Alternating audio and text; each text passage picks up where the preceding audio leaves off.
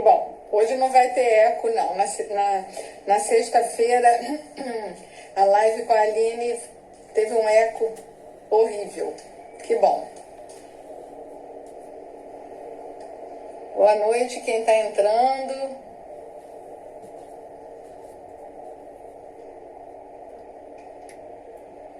Faltam 2 minutos para as 7. Nosso convidado deve estar chegando. E vamos esperando os participantes, a galera.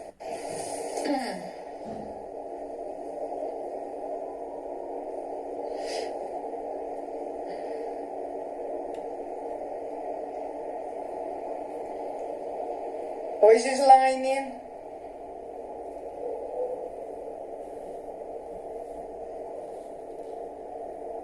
Boa noite, pessoal.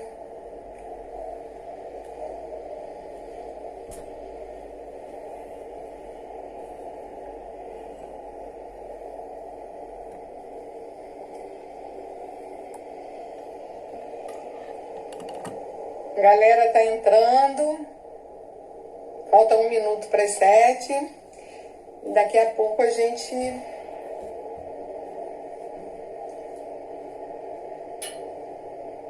começa.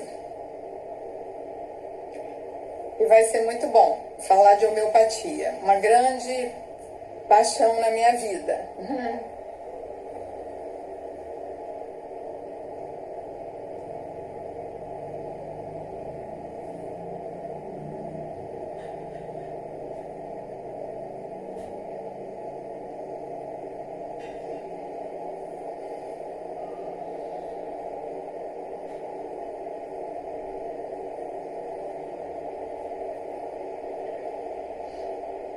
Oi, Karina, tudo bom?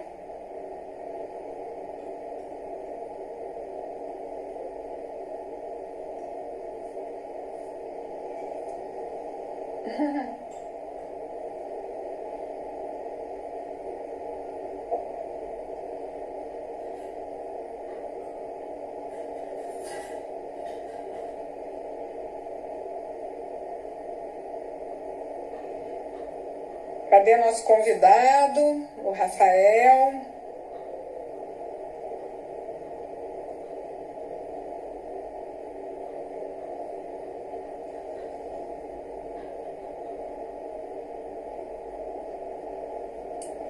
Oi, Aline.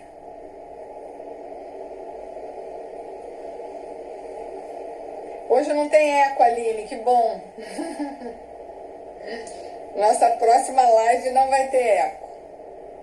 Deixa eu ver se o Rafael entrou já.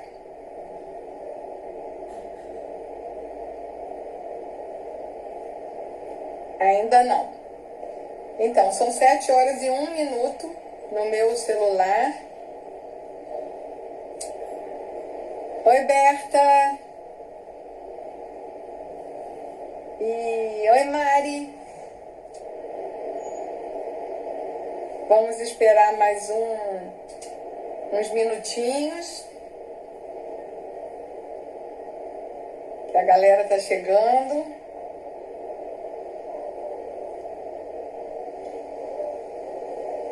E o professor também.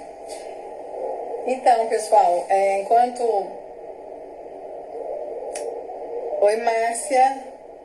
Enquanto as pessoas estão chegando, quem não conhece, essa live está sendo feita, né, na página da Casa Rever, que é um projeto socioeducativo, do qual eu faço parte como voluntária.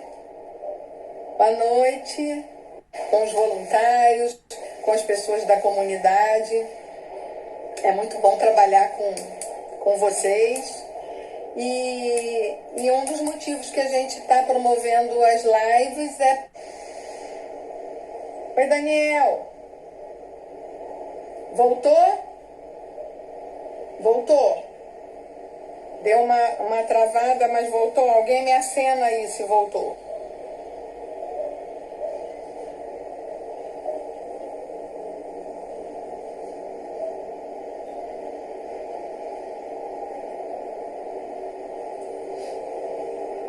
Deixa eu ver aqui. Voltou então, né? O pessoal já está falando aí. Ok? Então, eu estava aqui falando sobre os projetos da Casa Reviver. Agradecer as pessoas que têm doado cestas. Muito importante essa participação. Muitas famílias estão sendo beneficiadas e que a cada mês, enquanto a gente puder e estiver nesse isolamento, que a gente possa estar doando, cada um fazendo a sua parte. A gratidão profunda em nome do projeto Reviver. É o projeto Sempre Criança, que está promovendo teleatendimento com a doutora Célia para as famílias cadastradas no projeto. Os Engenheiros Sem Fronteiras, que estão participando, promovendo sorteios, rifas para ajudar com a renda para cestas básicas. Enfim, a Frutália, que é o hortifruti aqui da nossa região, que está fornecendo legumes, doando frutas. Então, agradecemos a todos e pedimos que cada vez mais pessoas possam aderir a esse projeto e ajuda, porque eu acho que é assim que a gente vai vencer esse coronavírus. Então eu vou chamar o Rafael, ele acabou de entrar. Peraí, cadê? Tá aqui.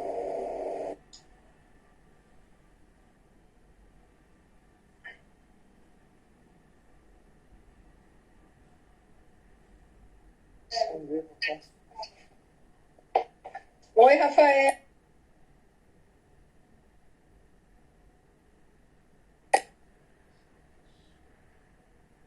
Tá devagar. Não, tá bom. Tá bom? Tá conseguindo Tá bom. ver? Sim, tá bom. O som tá bom. Tudo bem? Tudo bem. Muito Boa frio noite. aí?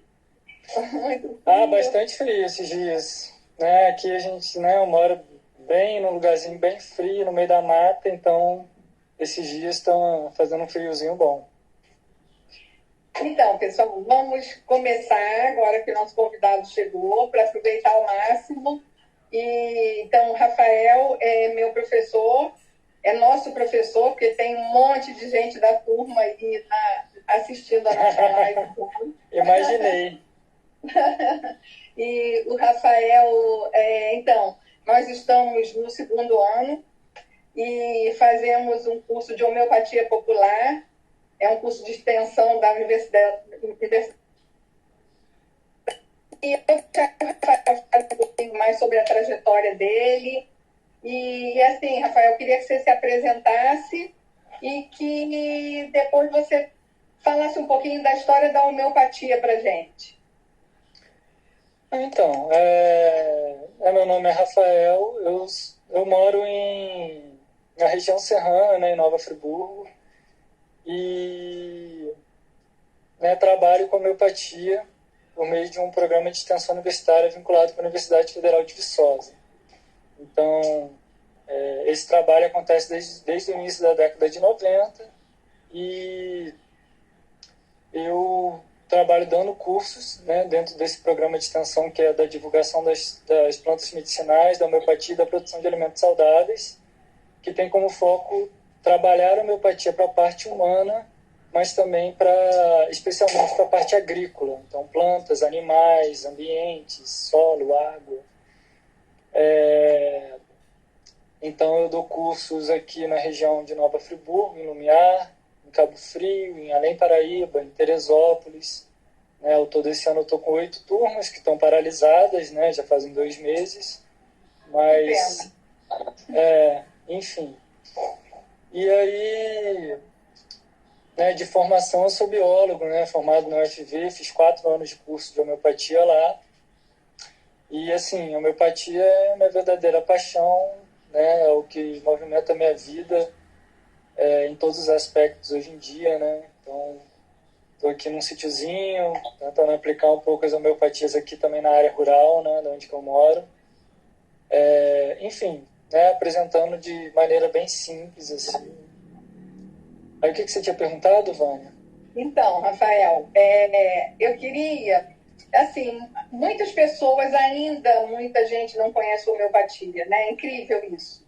Queria que você contasse um pouquinho, resumidamente, da maneira que você escolher, a história da homeopatia, como a homeopatia surgiu.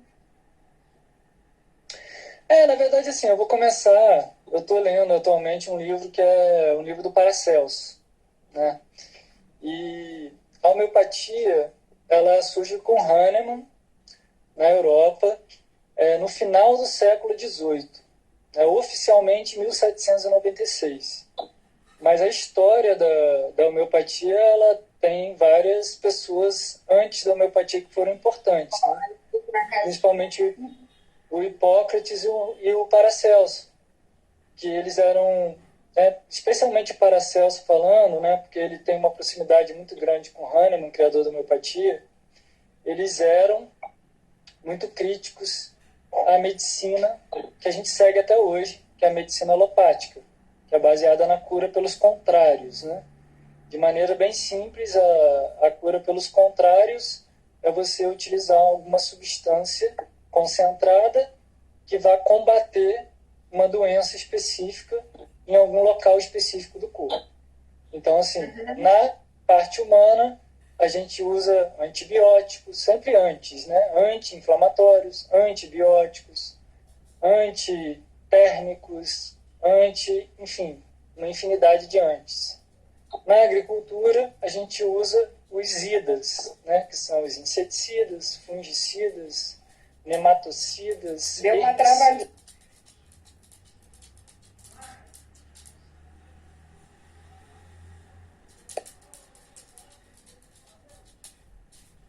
Eu acho que voltou. Aqui, aí tem um detalhe. Voltou. A internet aqui em casa deu uma travadinha. A internet aqui é ruim, né? Como eu tinha conversado com a Vânia, a internet aqui ela é lenta, que é uma internet rural. Mas a gente vai conseguir, somos resistência. Mas, enfim, é essa lógica que eu estava falando, né? Voltando, a medicina convencional é a cura por alguma coisa, algum medicamento concentrado em que você combate um sintoma no local específico do corpo. Isso gera grandes problemas. Então, na época do Paracelso é de 1500 e poucos, né, da Renascença. Paracelso é mais ou menos da mesma época de Leonardo da Vinci, vamos dizer. E o Hahnemann, de 1750, que ele nasceu para frente. A medicina naquela época era muito mais arcaica, né, com métodos muito mais danosos para o corpo do que hoje em dia. Então, eles eram muito críticos à medicina como era feita. Então, o Paracelso, em 1500 e pouco, ele começou a tentar tratar as doenças utilizando substâncias semelhantes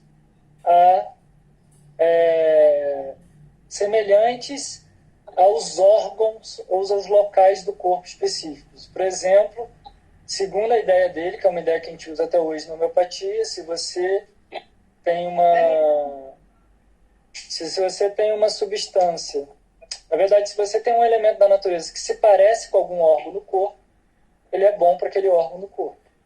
E ele pregava muito a medicina pela alimentação, né? Por uma boa alimentação. Então, hoje em dia a gente sabe que vários alimentos são bons porque se parecem com determinado órgão. Por exemplo, a noz que se parece com o cérebro, o coração, o tomate parece com o coração, etc. Então, essa ideia da cura pelo semelhante, por algo que se assemelha, vem de Paracelso. E aí o Hahnemann, fazendo um pulo para Hahnemann, o Hahnemann ele, também foi tão crítico quanto, quando você lê Paracelso e lê Hahnemann, parece que é a mesma pessoa falando, porque são críticas muito parecidas, né, a uma medicina que era muito agressiva ao corpo. Então, Aí o Hahnemann, ele se forma em medicina e em química, ele era médico e químico, e aí ele para de tratar quanto médico, por um tempo ele age como clínico, como médico, e depois ele, com várias críticas que ele teve, ele para com essa atividade, volta à atividade dele de tradutor, e aí lendo um livro específico, que é uma matéria médica de um autor que se chama Cullen, ele fica muito interessado no uso da quina, da casca da quina, que é uma árvore aqui brasileira, né, inclusive, tem aqui no Brasil, do uso da quina para malária. E ele, curioso, ele começa a tomar doses progressivamente mais elevadas, doses da quina, né, ao longo de alguns dias, e ele começa a manifestar os sintomas da malária, sintomas parecidos com a malária.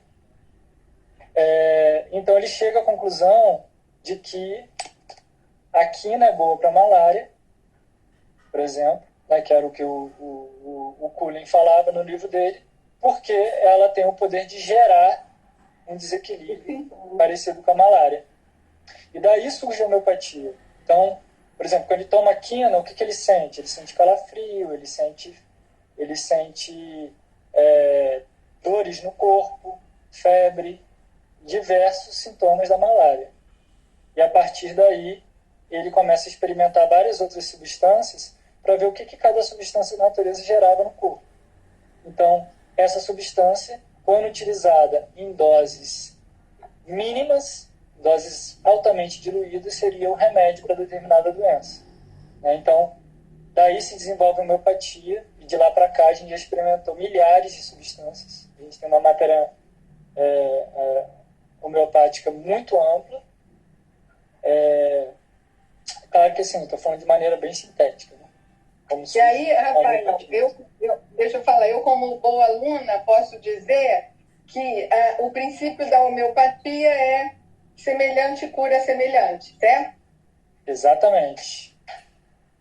Que o professor não falou, mas você lembrou. Então, assim, aí essa base do semelhante cura semelhante é a base que vem do Hipócrates, né? Hipócrates, ele descobre isso. Hipócrates, só lembrando que Hipócrates é o pai da medicina. Não da medicina homeopática, mas da medicina como um todo. É a primeira figura na história que começa a ter um estudo mais científico sobre medicina, né? Então, ele descobre que substâncias semelhantes, por exemplo, um exemplo clássico que é bem fácil de entender, 2 exemplos. Um exemplo é o Paracelso, né, voltando ao Paracelso, ele não curava uma acidez estomacal com um antiácido, ou seja, com uma substância de pH básico, né, para neutralizar a acidez, que é uma forma de se tratar eficiente, mas você tem outra forma de se tratar. O Paracelso utilizava um ácido diluído para tratar uma acidez e curava aquela acidez. Essa é a mesma base da homeopatia, ou seja, eu tenho uma acidez e eu curo a acidez por uma substância ácida diluída, né? Semelhante, cura semelhante. Então, se eu tenho uma pessoa em tempos de coronavírus, por exemplo, altamente agitada, ansiosa, inquieta, nervosa, com insônia, eu posso dar uma homeopatia feita do café, porque o café gera um quadro de taquicardia, agitação, irritabilidade, insônia. Então, quando eu faço a homeopatia do café, é como se eu invertesse um polo da substância, né? Aquilo que ela tem o poder de gerar, quando a gente homeopatiza aquilo, que eu não falei do processo da homeopatia, quando eu homeopatizo, eu tenho o poder de tratar aquele problema. Então, gente, eu acho assim importante, acho legal, dá para ter uma noção, né? É claro que isso aí foi um fim de semana de aula que a gente teve, mas assim... Vários, né? Vários, um ano, mas dá para ter uma noção do que é homeopatia, né? De como ela começou. Ela começou com um médico alopata, né? E aí, Rafael, eu não sei como elaborar essa pergunta, mas queria saber se você pode falar um pouco de prevenção, né? Eu escutei muito a minha vida toda e eu falava que não, que eu me tratava com homeopatia há 20 anos, ao longo desses 20 anos, e as pessoas falavam, ah, homeopatia é prevenção, é só prevenção. Eu falava, não, ela é prevenção, mas ela atua também, a homeopatia atua com resultado no dia seguinte, no mesmo dia, quase na mesma hora. Então, eu queria que você falasse um pouquinho de prevenção no geral e de prevenção agora para o coronavírus. Então, assim, claro que quando a gente vai fazer uma live assim dessa, é muito rápido e muito difícil de explicar o que é homeopatia e suas complexidades, né? Para pessoas, principalmente para as pessoas que são leigas no assunto, né? Como eu falei, o curso de homeopatia a gente aprofunda bastante, são vários encontros, é um dia inteiro que a gente fica discutindo, 10 módulos ao longo do ano para a gente conseguir entender melhor essa questão da homeopatia no tratamento e na prevenção. Mas, basicamente, a homeopatia, ela age num outro nível, diferente da alopatia, né, dessa cura pelos contrários, e ela estimula o nosso mecanismo natural de defesa do corpo. Né? Portanto, como eu estava falando do Hipócrates, Paracelso e Hahnemann, eles acreditavam que todo corpo tem o poder de se autocurar. E a homeopatia, ele é um potencializador do poder de autocura do corpo. Então, dentre diversas homeopatias que a gente tem, assim, né, acaba que a gente vai acabar entrando um pouco nessa questão do coronavírus e tal, a gente tem centenas de homeopatias indicadas para o sistema respiratório, por exemplo. A gama de homeopatias que a gente pode usar para o sistema respiratório é muito mais ampla do que a gente tem na alopatia, por exemplo, no número de substâncias. Então, se eu pego, para prevenção, por exemplo, se eu pego os sintomas, por exemplo, do coronavírus, eu consigo chegar a algumas homeopatias específicas que têm a ver com aqueles sintomas. Então, para uma pessoa que não está com coronavírus, eu não vou fazer um tratamento nela. Eu vou tentar fazer uma prevenção. O que é uma prevenção? Eu vou dar uma dosagem muito baixa de alguma homeopatia, ou mais de uma, que tenha os sintomas do coronavírus, para como se eu estivesse preparando o corpo para caso a pessoa tenha contato, o corpo dela, o mecanismo de defesa dela já esteja alertado.